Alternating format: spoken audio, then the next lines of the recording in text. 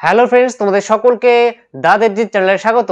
আজকে আলোচনা করব ক্লাস 11 সেকেন্ড সেমিস্টার পলিটিক্যাল সায়েন্সের তোমাদের যে তৃতীয় অধ্যায় সরকারের বিভিন্ন রূপ, এই অধ্যায়টি আমি পড়াচ্ছিলাম। আজকে একটি টপিক নিয়ে আলোচনা করব, সেটা হচ্ছে সর্বাত্মকবাদ অর্থাৎ টোটালিটারিয়ানিজম। এই টোটালিটারিয়ানিজম বা সর্বাত্মকবাদ কাকে বলা হয় এটা আলোচনা করব, এর বৈশিষ্ট্য, এর গুণাবলী এবং এর দোষসমূহ, এই সমস্ত বিষয় নিয়ে আজকে আলোচনা করব। আর সর্বাত্মকবাদ এই টপিকটি তোমাদের এই একটি ভিডিওতেই শেষ হয়ে যাবে, ঠিক আছে? তাহলে দেখো, তোমাদের এই অধ্যায় থেকে সরকারের বিভিন্ন রূপ, এই অধ্যায় থেকে টোটাল 8 নম্বর আসবে, ঠিক আছে? 6 নম্বরে একটা বড় কোশ্চেন আসবে আর 2 মার্কসের একটা এসিকিউ কোশ্চেন আসবে। তাহলে দেখো, সর্বাত্মকবাদ কাকে বলা হয় এটা কিন্তু 2 মার্কসের কোশ্চেন আসতেই পারে, ঠিক আছে? তাহলে তোমাদের এখানে 2 মার্কসের জন্য আমি লিখিয়ে দিয়েছি, তোমরা এটা নোট করে রাখো। দেখো, সর্বাত্মকবাদ এটাকে ইংরেজিতে কি বলা হয়? টোটালিটারিয়ানিজম, ঠিক আছে?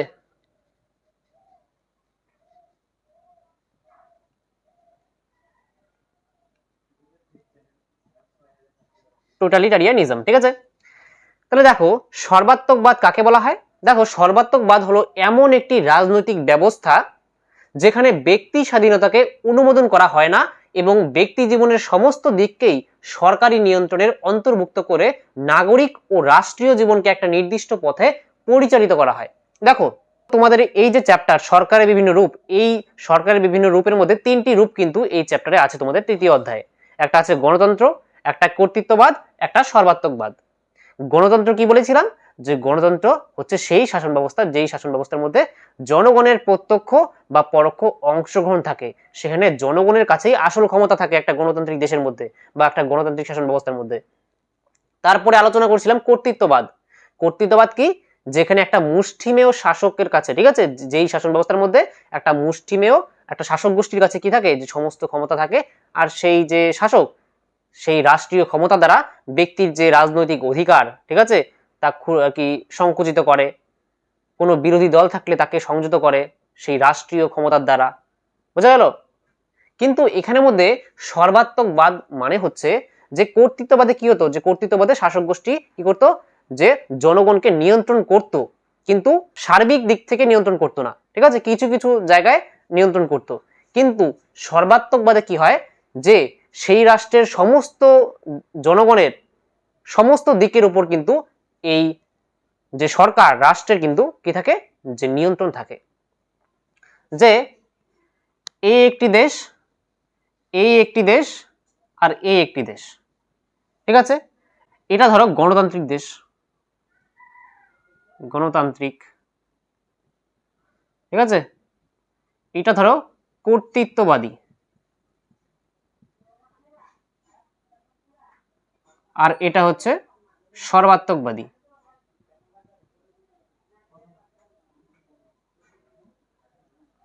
ঠিক আছে? এই তিনটির মধ্যে পার্থক্য হচ্ছে এটাই, যে গণতান্ত্রিক যে শাসন ব্যবস্থা, ঠিক আছে, এই রাষ্ট্রের মধ্যে জনগণের কাছে সমস্ত ক্ষমতা থাকবে, ঠিক আছে, জনগণই সরকারকে কি করবে, নির্বাচিত করে সরকারের আর কি জনগণের জনগণের যে ভোটাধিকার আছে, সেই জনগণের ভোটাধিকারের দ্বারা আর কি জনগণের ভোটের দ্বারা প্রতিনিধি গিয়ে সরকার বানাবে, তারপরে সরকার আমাদের দেশকে পরিচালনা করবে, অর্থাৎ জনগণের কল্যাণের জন্য কাজ করবে। কর্তৃত্ববাদে কি হয়, যে কর্তৃত্ববাদের মধ্যে একটা শাসক গোষ্ঠী থাকবে, সেই শাসক গোষ্ঠীর কাছে ক্ষমতা থাকবে, আর সেই শাসক গোষ্ঠী তার যে ক্ষমতা সেটা হস্তান্তর করতে চাবে না, কোনো যদি বিরোধী দল থাকে তাকে সংযত করবে, ঠিক আছে, আর জনগণকে আংশিক, একদম সম্পূর্ণরূপে না কিন্তু নিয়ন্ত্রণ করবে, আর রাজনৈতিক অধিকার সংকুচিত করবে, ঠিক আছে। কিন্তু সর্বাত্মকবাদী যে শাসন ব্যবস্থা, ঠিক আছে, এখানে যে আলোচনা করছি, এখানে কি হয়, এখানে আর কি সেই দেশের জনগণের সমস্ত দিক, সামাজিক, অর্থনৈতিক এবং রাজনৈতিক, এই তিনটি দিককেই কিন্তু মানে একদম সার্বিক দিক থেকে নিয়ন্ত্রণ করে থাকে এই রকম রাজনৈতিক ব্যবস্থার মধ্যে, ঠিক আছে। যে আমরা কেমন পোশাক আশাক পরবো, আমাদের সংস্কৃতি কেমন হবে, ঠিক আছে, আমরা কি শিক্ষা, আমরা কি কেমন শিক্ষা গ্রহণ করব, সবকিছু, আমাদের চুলের কাট কেমন দিব আমরা, সমস্ত কিছু কিন্তু রাষ্ট্র ঠিক করে দেবে, ঠিক আছে। এটা সর্বাত্মকবাদে কি হয়, যে সরকার, যে রাষ্ট্র আছে, সে রাষ্ট্র, সেই রাষ্ট্রের যে সরকার আছে সমস্ত কিছু নিয়ন্ত্রণ করছে, যে আমরা কিভাবে, আমরা আমাদের শিক্ষা গ্রহণের ক্ষেত্রে আমরা কি কি পড়াশোনা করব, আমাদের চুলের কাট কেমন হবে, ঠিক আছে, আমরা কি করতে পারবো আর কি করতে পারবো না, সমস্ত কিছু আর কি রাষ্ট্র ঠিক করে দেবে, সেই দেশের আর কি এই রাজনৈতিক ব্যবস্থা সরকার ঠিক করে দেবে, ঠিক আছে। তাহলে এখানে রাষ্ট্র কি করছে, সরকার কি করছে, যে ব্যক্তির সমস্ত বিষয়ে হস্তক্ষেপ করছে। এটা কি ঠিক? একদমই ঠিক না। ব্যক্তি স্বাধীনতা ক্ষুণ্ণ হচ্ছে। তাহলে এটা কিন্তু সর্বাত্মকবাদী রাজনৈতিক ব্যবস্থা। এটাই বলছে এখানে যে সর্বাত্মকবাদ হলো এমন একটি রাজনৈতিক ব্যবস্থা যেখানে ব্যক্তি স্বাধীনতাকে অনুমোদন করা হয় না। ব্যক্তি স্বাধীনতা এখানে থাকে না। ব্যক্তির যে স্বাধীনতা থাকে, যে ব্যক্তি ফ্রিলি কিছু বলতে পারবে, এটা কিন্তু এখানে করা যাবে না। যদি ব্যক্তি তার যে ফ্রিডম অফ স্পিচ থাকে, একটা গণতান্ত্রিক দেশের মধ্যে কি থাকে, আমাদের মত প্রকাশের অধিকার থাকে, এটা আমাদের ফান্ডামেন্টাল রাইটস, একটা মৌলিক অধিকার। কিন্তু সর্বাত্মকবাদী যে রাজনৈতিক ব্যবস্থা, এখানের মধ্যে ফ্রিলি কেউ কিছু বলতে পারবে না। সরকারের বিরুদ্ধে যদি কেউ কিছু বলে, তাহলে সরকার তাকে উঠিয়ে নিয়ে মৃত্যুদণ্ডও দিতে পারে। হ্যাঁ, ঠিক আছে। এই সর্বাত্মকবাদী রাজনৈতিক ব্যবস্থা কি হয়, যে সরকারের বিরুদ্ধে যদি কেউ কিছু বলে, সরকার তাকে জেলে পুরে দিবে, তার উপর নির্যাতন করতে পারে, এমনকি মৃত্যুদণ্ড পর্যন্ত দিতে পারে এই সর্বাত্মকবাদী রাজনৈতিক ব্যবস্থার মধ্যে। ঠিক আছে, এর কোনো ব্যক্তি স্বাধীনতা থাকেই না বললে চলে। এবং ব্যক্তি জীবনের সমস্ত দিককে, ঠিক আছে, ব্যক্তি জীবনের সমস্ত দিককেই, ব্যক্তি কি শিক্ষা গ্রহণ করবে, ব্যক্তি কিভাবে তার জীবন পরিচালনা করবে, ঠিক আছে, সমস্ত দিককে নিয়ন্ত্রণ করে, দেখি সরকারি নিয়ন্ত্রণের অন্তর্ভুক্ত করে। নাগরিক ও রাষ্ট্রীয় জীবনকে একটা নির্দিষ্ট পথে পরিচালিত করে। ঠিক আছে, যে একটা মানুষের জীবন কিভাবে পরিচালিত হবে সেটা রাষ্ট্র ঠিক করবে। ঠিক আছে, রাষ্ট্রের যে শাসক আছে, অর্থাৎ সরকার যে আছে, সেই রাষ্ট্র অর্থাৎ সেই সরকার ঠিক করবে যে ব্যক্তি জীবন, সেই রাষ্ট্র কোন পথে পরিচালিত হবে। ঠিক আছে, তাহলে যদি কোশ্চেন আসে যে সর্বাত্মকবাদ বলতে কি বোঝো, সর্বাত্মকবাদ কাকে বলে, সর্বাত্মকবাদ কি, বা কি সর্বাত্মকবাদী রাজনৈতিক ব্যবস্থা বলতে কি বোঝো, এটা তোমরা লিখতে পারো। দেখো, এবার তোমাদের মনে প্রশ্ন আসবে যে এই সর্বাত্মকবাদী যে রাজনৈতিক ব্যবস্থা, এটা কি কোনোখানে দেখা যায়? হ্যাঁ, দেখা যায়। বর্তমানে একটা উৎকৃষ্ট উদাহরণ হচ্ছে এই সর্বাত্মকবাদী রাজনৈতিক ব্যবস্থার উত্তর কোরিয়া। ঠিক আছে, উদাহরণ তোমরা এটা নোট করে রাখতে পারো যে নর্থ কোরিয়া অর্থাৎ উত্তর কোরিয়া।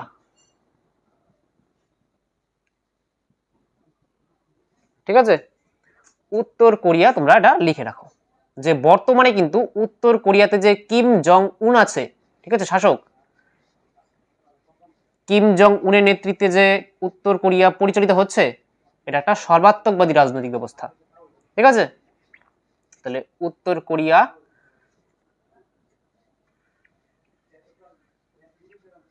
তাহলে একটা উদাহরণ হচ্ছে কিম জং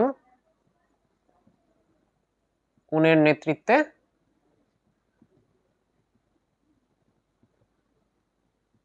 উত্তর কোরিয়া। ঠিক আছে,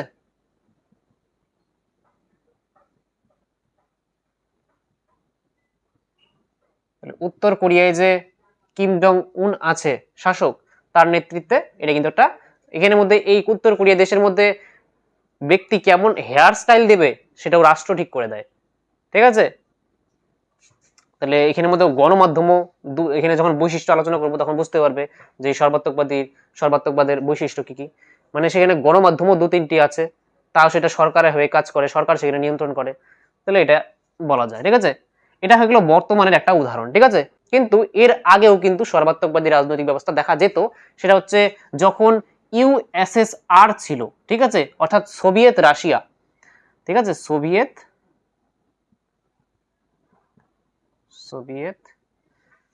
আচ্ছা, স্ট্যালিনের নেতৃত্বে সোভিয়েত রাশিয়া। ঠিক আছে, স্ট্যালিনের নেতৃত্বে সোভিয়েত রাশিয়া।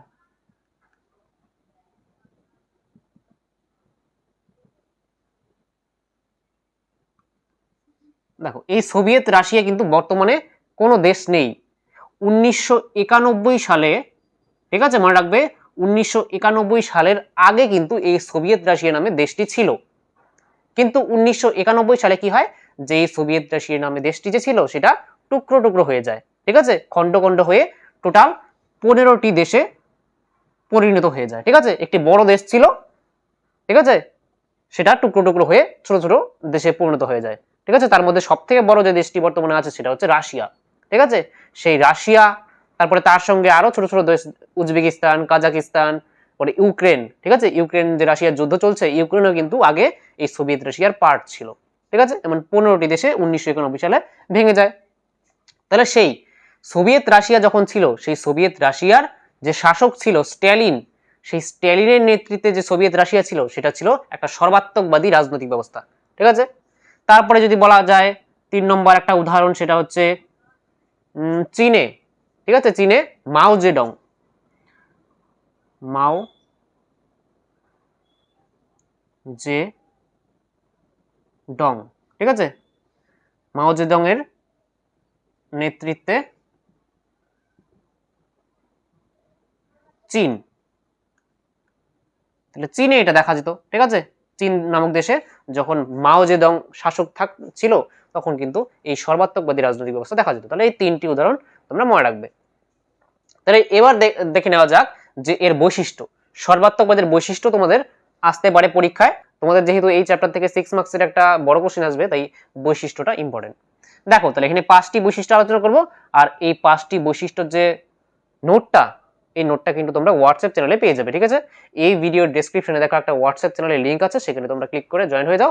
সেখানে কিন্তু সমস্ত চ্যাপ্টারের নোট কিন্তু তোমরা পেয়ে যাবে। ঠিক আছে, দেখো প্রথম বৈশিষ্ট্য হচ্ছে সর্বাত্মকবাদের বা সর্বাত্মকবাদী রাজনৈতিক ব্যবস্থার যে সরকারি মতাদর্শের উপস্থিতি।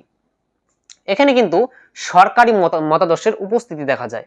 যে সরকারি মতাদর্শ কেমন হবে সেটা কিন্তু শাসক ঠিক করে, যে সেই দেশের একটা রাষ্ট্রের মধ্যে, যেমন এই যে ধরো স্ট্যালিনের নেতৃত্বে যে সোভিয়েত রাশিয়া ছিল, তাহলে এখানে স্ট্যালিনের নেতৃত্বে যে শাসন কার্য পরিচালিত হতো সোভিয়েত রাশিয়াতে, তাহলে স্ট্যালিনের যে মতাদর্শ ছিল সেটাই কিন্তু সেই রাষ্ট্রের মতাদর্শ থাকতো। ঠিক আছে, তাহলে একটা সর্বাত্মকবাদী রাজনৈতিক ব্যবস্থার মধ্যে সেই দেশের মতাদর্শ কি হবে সেটা কিন্তু সেই দেশের শাসক প্রবর্তন করে।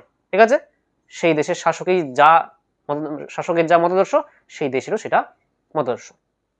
তাহলে এখানে সরকারি মতাদর্শের উপস্থিতি দেখা যায়। সরকারের যা মতাদর্শ অর্থাৎ শাসকের যেই মতাদর্শ সেটাই সেই দেশের মতাদর্শ। নেক্সট হচ্ছে একদলীয় আধিপত্য দেখা যায়।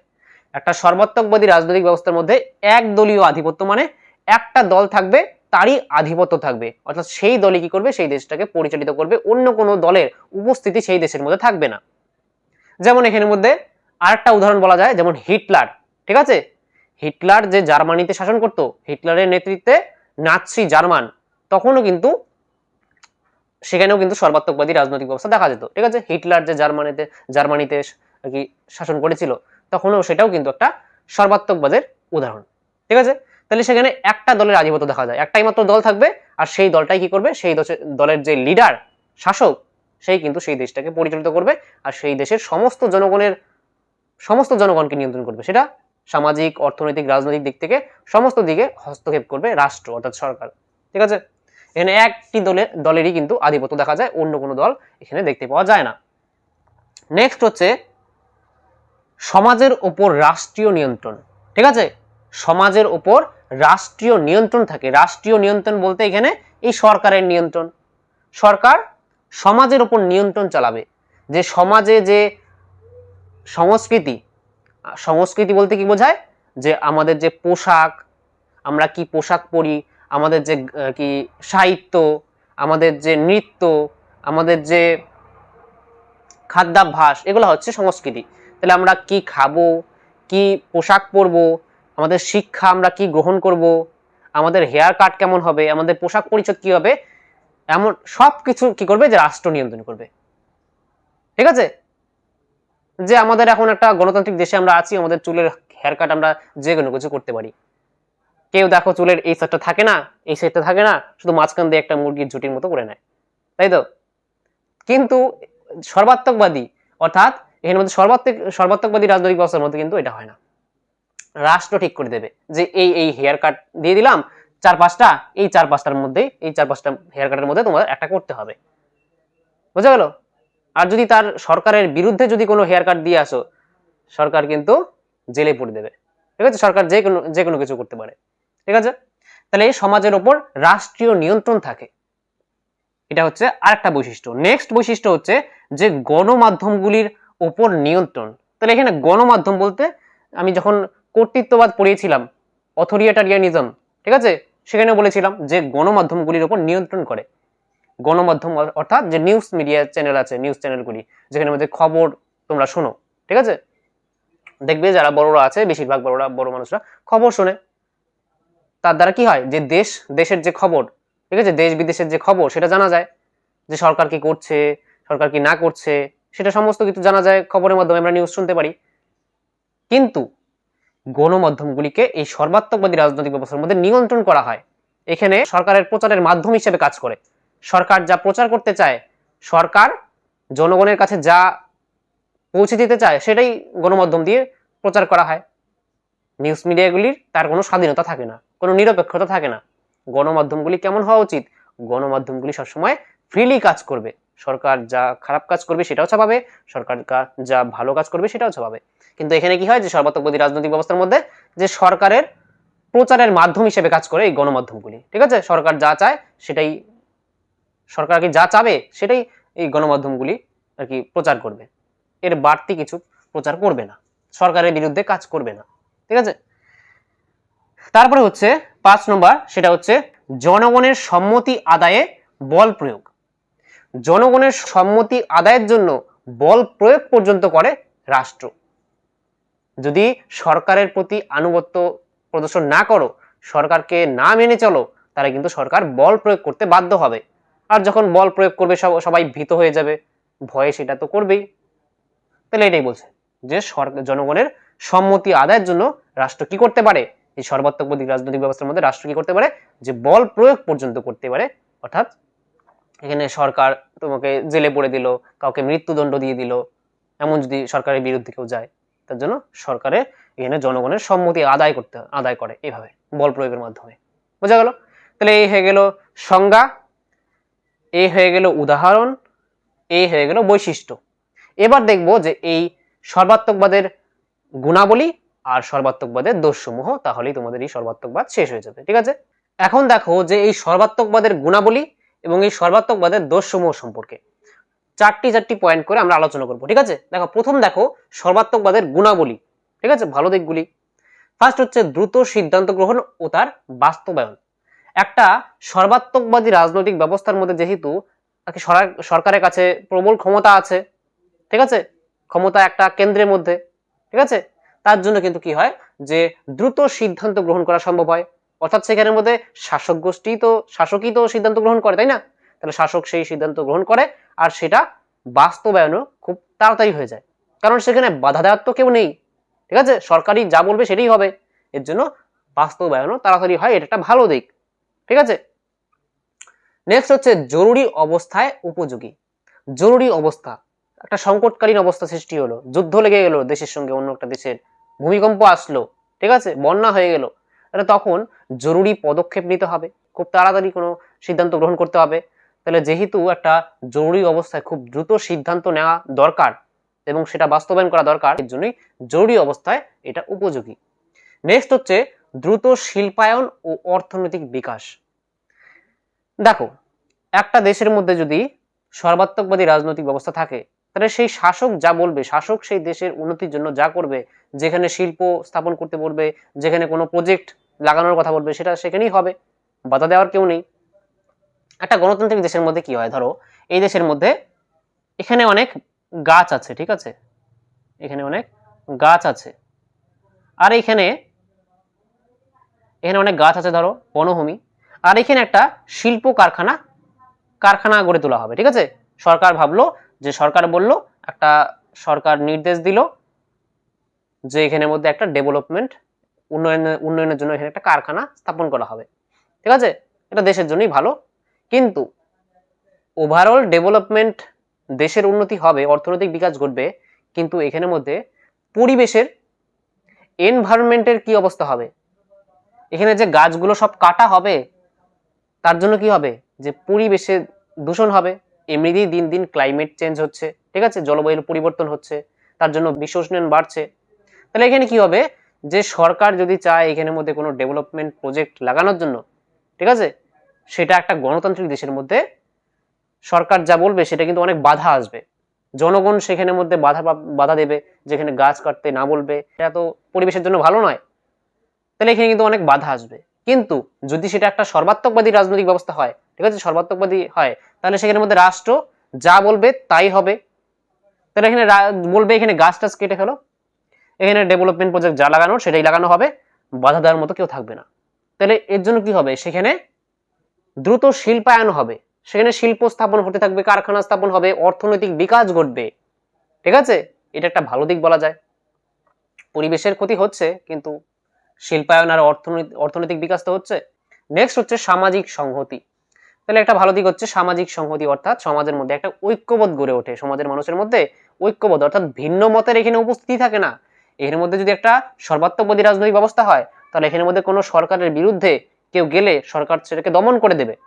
ঠিক আছে, ভিন্ন মতের কোনো উপস্থিতি থাকে না, তাহলে সমাজের মধ্যে সবাই একটা একটা মতাদর্শে বিশ্বাসী হয়, তার মধ্যে একটা ঐক্য গড়ে ওঠে। ঠিক আছে, এটাই বলছে যে সামাজিক সংহতি গড়ে ওঠে, সমাজের মধ্যে শৃঙ্খলা বজায় থাকে। তাহলে হয়ে গেল গুণাবলী। এবার দেখবো যে সর্বাত্মকবাদের দোষসমূহ। ঠিক আছে, খারাপ দিকগুলি। দেখো, ব্যক্তি স্বাধীনতা বিরোধী, নিশ্চিত এটা ব্যক্তি স্বাধীনতা বিরোধী। সর্বাত্মকবাদী রাজনৈতিক ব্যবস্থার মধ্যে রাষ্ট্র কি করবে, যে রাষ্ট্র সমস্ত কিছু নিয়ন্ত্রণ করবে, ব্যক্তির পোশাক পরিচ্ছদ, সংস্কৃতি, শিক্ষা থেকে শুরু করে সমস্ত কিছু নিয়ন্ত্রণ করবে। তাহলে এখানে ব্যক্তি স্বাধীনতা বিরোধী। ব্যক্তি যদি স্বাধীনভাবে কোনো কিছু করতে নাই পারে, ঠিক আছে, আমরা কোন পোশাক পরবো, আমরা কোন হেয়ার স্টাইল রাখবো, আমরা কোন শিক্ষা আমাদের জন্য উপযোগী, আমরা কোন শিক্ষায় শিক্ষিত হব, সেটা যদি রাষ্ট্রই ঠিক করে দেয়, তাহলে আমাদের স্বাধীনতাটা কোথায়, তাই না? তাহলে এখানে ব্যক্তি স্বাধীনতা বিরোধী, এটা একটা দোষ। নেক্সট হচ্ছে স্বৈরাচারী শাসন। স্বৈরাচারী বলতে এখানে মধ্যে স্বৈরাচারী শাসন মানে রাষ্ট্র যা চাবে তাই করবে। ঠিক আছে, যা কিছু তাই করবে, ব্যক্তির বিরুদ্ধে গেলে সেটাও যাবে। তাহলে এখানে সরকার যা খুশি তাই করছে, এটা কিন্তু ঠিক না একটা রাষ্ট্রের জন্য, তাই না? তাহলে এটাই একটা দোষ, যে স্বৈরাচারী শাসন, এটা একটা দোষ সর্বাত্মকবাদের। নেক্সট হচ্ছে গণমাধ্যমের ওপর রাষ্ট্রীয় নিয়ন্ত্রণ। এটা একটা খারাপ দিক। গণমাধ্যমগুলির ওপর যদি রাষ্ট্রীয় নিয়ন্ত্রণ থাকে, তাহলে তো সেই গণমাধ্যমগুলি ফ্রিলি কাজ করতে পারছে না, ফ্রিলি খবর ছাপাতে পারছে না। ঠিক আছে, এর মধ্যে নিয়ন্ত্রণ করার মাধ্যমে কি হয়, যে সরকারের যা প্রচার করার জন্য সেটাই প্রচার হয় গণমাধ্যম দিয়ে। ঠিক আছে, খবর ফ্রিলি বেরোতে পারে না, ঠিক আছে, পাবলিশ হতে পারে না। তাহলে একটা খারাপ দিক, দোষ। নেক্সট হচ্ছে ব্যক্তি জীবন ও চিন্তার ওপর সার্বিক নিয়ন্ত্রণ। তাহলে ব্যক্তি জীবন, আমাদের যে জীবন, আমরা কিভাবে জীবন পরিচালিত করব, তার মধ্যে সরকার সার্বিক দিক থেকে, সব দিক থেকে নিয়ন্ত্রণ করবে। ও চিন্তার ওপর সার্বিক নিয়ন্ত্রণ, আমরা কি চিন্তা চেতনা চিন্তা ভাবনা করব, তার উপরও নিয়ন্ত্রণ করবে। কিভাবে? রাষ্ট্র বলবে এই পথে চলতে, রাষ্ট্র আমাদের গণমাধ্যম, আমরা যেগুলি ধরো একটা সর্বাত্মকবাদী রাজনৈতিক ব্যবস্থার মধ্যে আমরা আছি, একটা দেশের মধ্যে আছি, তাহলে সেখানে আমরা যখন টিভি চালাবো, ঠিক আছে, টিভিতে আমরা যা দেখবো, আমরা মোবাইলে যা কিছু দেখবো, তার দ্বারাও কিন্তু আমাদের চিন্তা ভাবনার পরিবর্তন ঘটে। তাহলে নিউজ চ্যানেলে যদি সবসময় এটাই দেখানো হয় যে রাষ্ট্র খুব ভালো, আমাদের রাষ্ট্র সরকার এই করছে ওই করছে, কিন্তু কোনো সেখানে স্বাধীন কোনো গণমাধ্যম নেই, সেটা তো দু তিনটি থাকবে, সেটা সরকারের জন্যই কাজ করছে, অন্য কোনো গণমাধ্যম সেখানে থাকবে না। তাহলে টিভিতে যা দেখানো হবে, আমরা যা দেখবো মোবাইলে ফোনে, সেটাই আমাদের মত সেটাই হয়ে যাবে। কারণ আমরা যেটা দেখি, আমরা যেমন পরিবেশে থাকি, আমাদের আচার আচরণ কিন্তু তেমনই হয়ে যায়। সরকার যা দেখাতে চায় জনগণকে, সেটাই জনগণ দেখতে পারবে, অন্য কিছু দেখতে পারবে না। বোঝা গেল? এটাই বলছে যে ব্যক্তি জীবন ও চিন্তার উপর সার্বিক নিয়ন্ত্রণ আরোপ করে থাকে এই সর্বাত্মকবাদী রাজনৈতিক ব্যবস্থার মধ্যে। তাহলে এটা হয়ে গেল দোষসমূহ। তাহলে এটার যে নোটগুলো, এটা আমি হোয়াটসঅ্যাপ চ্যানেলে প্রোভাইড করে দেবো, তোমরা এই ভিডিও ডেসক্রিপশনে জয়েন হয়ে যাও লিঙ্কে ক্লিক করে। ঠিক আছে, তাহলে এই ভিডিওটি তোমাদের কেমন লাগলো তোমরা কমেন্ট বক্সে আমাকে অবশ্যই লিখে জানাবে। আর ভিডিওটি যদি ভালো লেগে থাকে তাহলে অবশ্যই একটি লাইক করো, আর যারা চ্যানেলে নতুন তোমরা অবশ্যই চ্যানেলটি সাবস্ক্রাইব করে অল বেল আইকনে ক্লিক করে রাখো। তাহলে দেখা হচ্ছে নেক্সট ক্লাসে, ততক্ষণের জন্য বাই।